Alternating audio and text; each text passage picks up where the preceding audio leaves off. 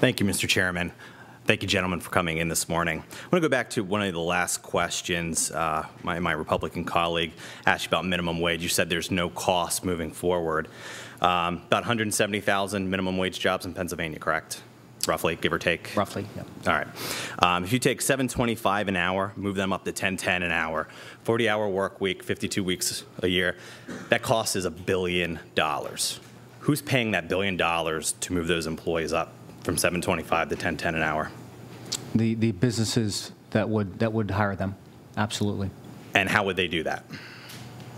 I have no idea. I don't run a business right now. But I think what... so that's going to pull $1 billion out of our economy and give it to a finite few. So all the business development that's going to happen with that money, you know, I mean, we're not going to create a government program to come up with $1 billion cost to implement that moving forward. And that's just $7.25. Can I respond to that? Go ahead. Sure. I think the idea is obviously that it's not going to take $1 billion out of the economy. It's going to take that $1 billion and put it back into the economy and help these people come out of poverty, help the folks that are working minimum wage jobs, working 40 hours a week to come out of poverty.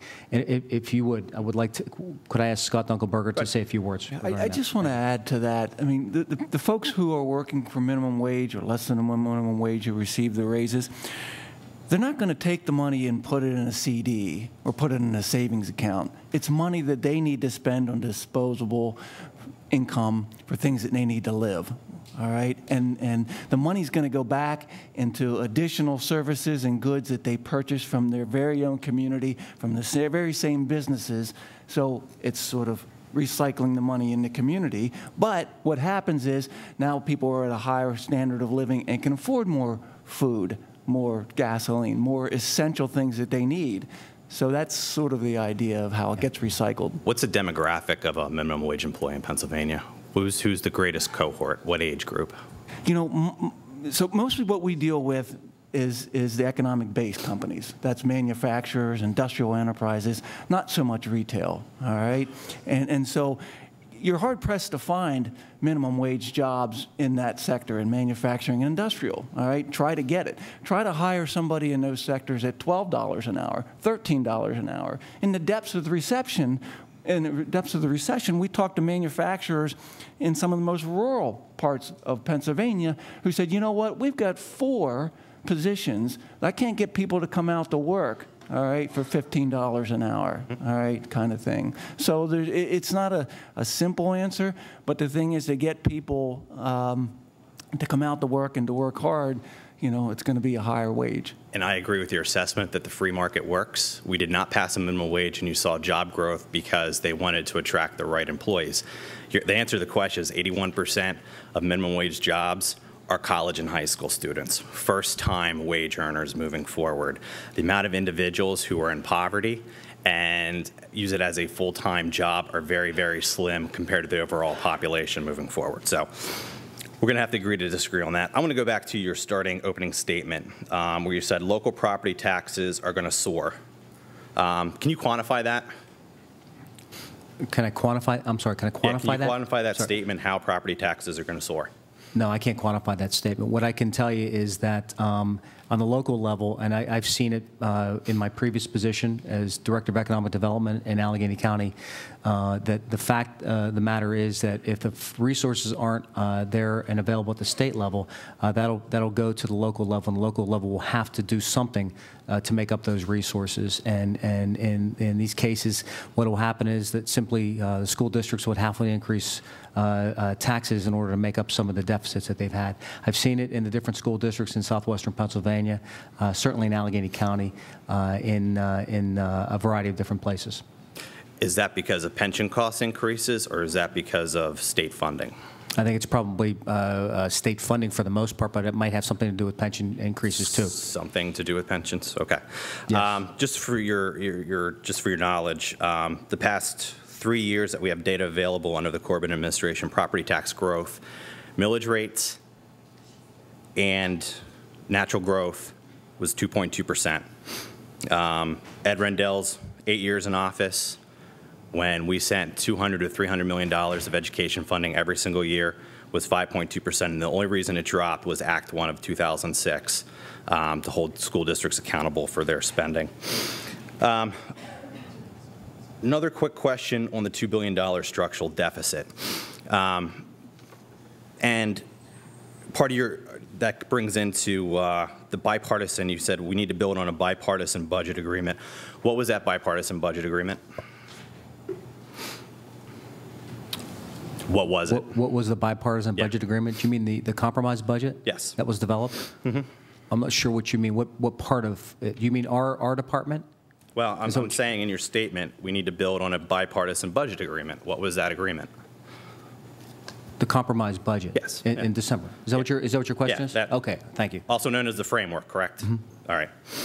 So, what was the difference between the framework budget and the supplementals the governor is now asking for? Is there any difference, or are they the same?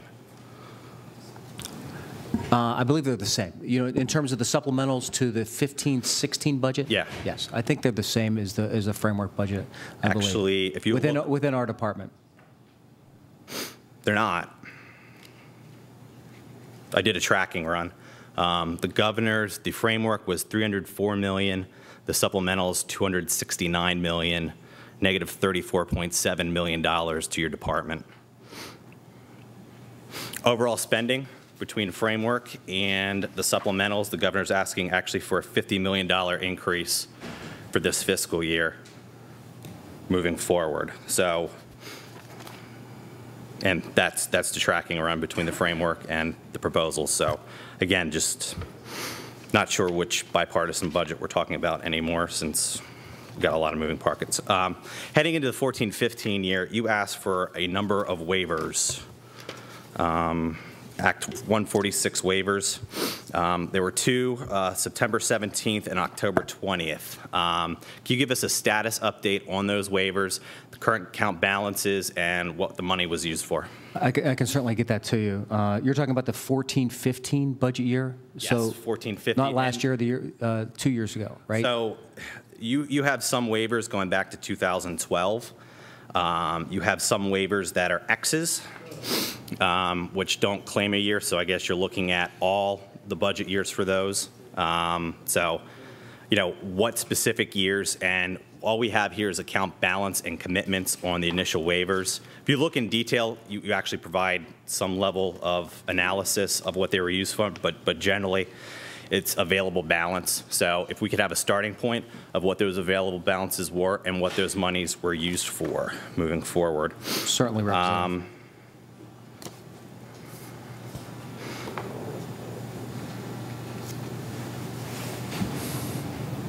And are those monies that are unspent, are they reverting back to the general fund?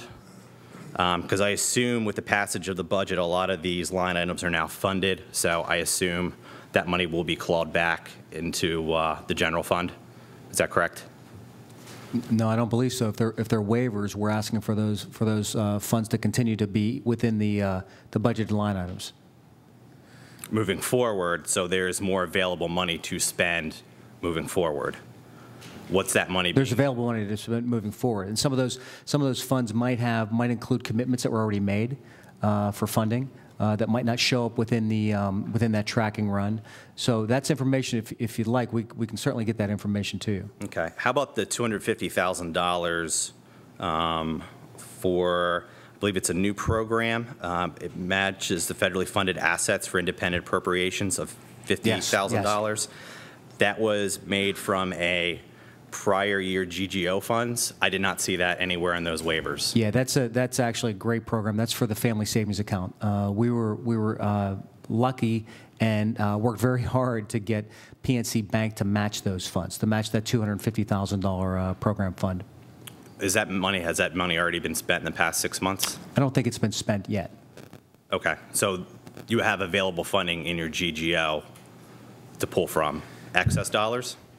Representative, again, these are details. I can certainly get these details to you when I had a chance to talk to our budget office and our folks. Okay, that would be wonderful, because I see a lot of waivers that pass through moving forward. I want to make sure that money's reconciled and we have available funding moving forward. June 30th, Governor vetoed the entire budget, including your appropriations, all of the grant funding. How did your department operate under those 6 months between July 1st and December 29th? You mean in terms of making commitments and making spending authority? My understanding is that the funding that was spent was funding that we had available to us from previous funding years. But certainly I can get into the details of that along with the other information that you asked for. So did your department send out grants during that time? We may have in terms of funding that was already available from previous funding years. What if there was... If you're asking for our ability to send grants or enter into any grant agreements for 15-16 budget, 15-16 budget wasn't approved and wasn't appropriated, so we didn't have the authorization or the opportunity to do that. So it was for previous funding that was available. Yeah. All right. Given my 5 minutes is up, I will reserve. Given your 10 minutes are up. My 10 minutes are up. Always seems like the biggest guys on this committee seem to take the longest time. Thank you, Mr. Chairman. You know,